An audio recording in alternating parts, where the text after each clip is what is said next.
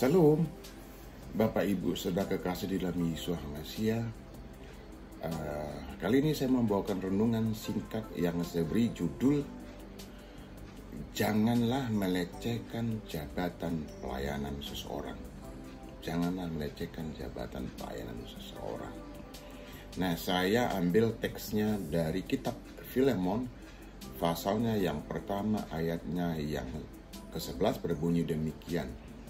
Dahulu memang dia tidak berguna bagimu, tetapi sekarang berguna baik bagimu maupun bagiku. Nah, ini berbicara tentang Rasul Paulus yang mengingatkan agar Filemon memaafkan Onesimus. Rasul Paulus meminta agar jangan mengingat-ingat masa lalu dan mengungkitnya, dan juga jangan sampai dikaitkan dengan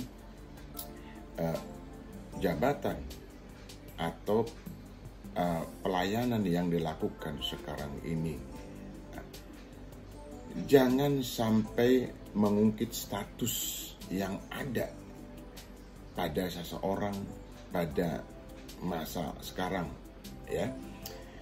Dikatakan di dalam kitab Yesaya pasal 43 ayat 25, sebesar apapun dosa kita, Tuhan siap memutihkan, bahkan berkata tidak akan mengingat-ingat dosa kita lagi. Nah, Tuhan sendiri mengampuni masa lalu kita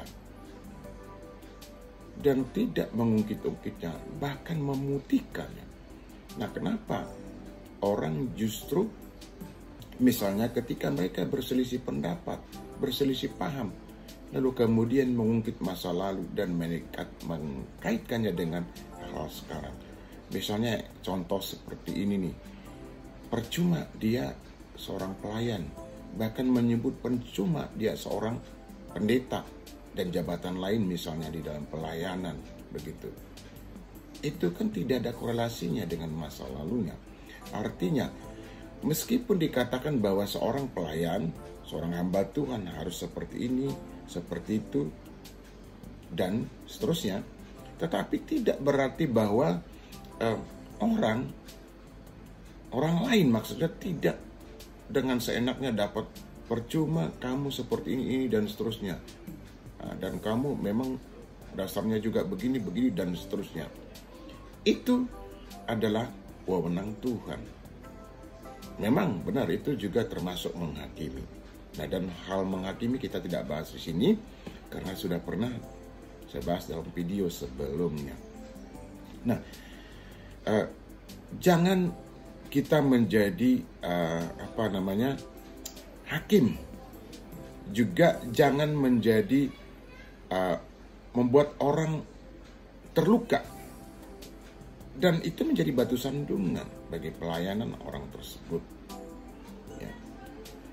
Lukas pasal 6 ayat 31 mengatakan seperti ini, dan sebagaimana kamu kehendaki supaya orang-orang perbuat padamu, perbuatlah juga demikian kepada mereka.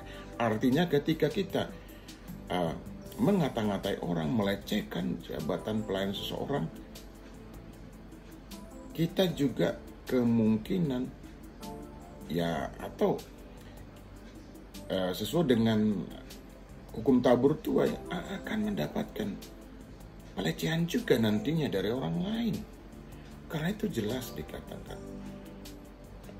Dan memang kita tidak punya hak untuk mengaitkan apa yang terjadi masa lalu yang dialami oleh seseorang dengan perselisihan misalnya yang kita alami sekarang ini. Jangan pernah, jika satu topik akan kita perdebatkan, perselisih, kita ingin menyelesaikannya, ya hal itu yang kita bahas. Jangan sampai jabatan pelayanan seseorang. Nah, jangan sampai melukai hati orang, karena dengan demikian juga itu melukai hati Tuhan. Jelas tadi firman Tuhan di dalam kitab Yesaya pasal 43 ayat 25 tersebut, ya. Dan juga di dalam kitab Lukas pasal 6 ayat 31. Karena kemungkinan kita juga akan mendapat perlakuan yang sama dari orang lain. Demikian renungan singkat ini Bapak Ibu Saudaraku.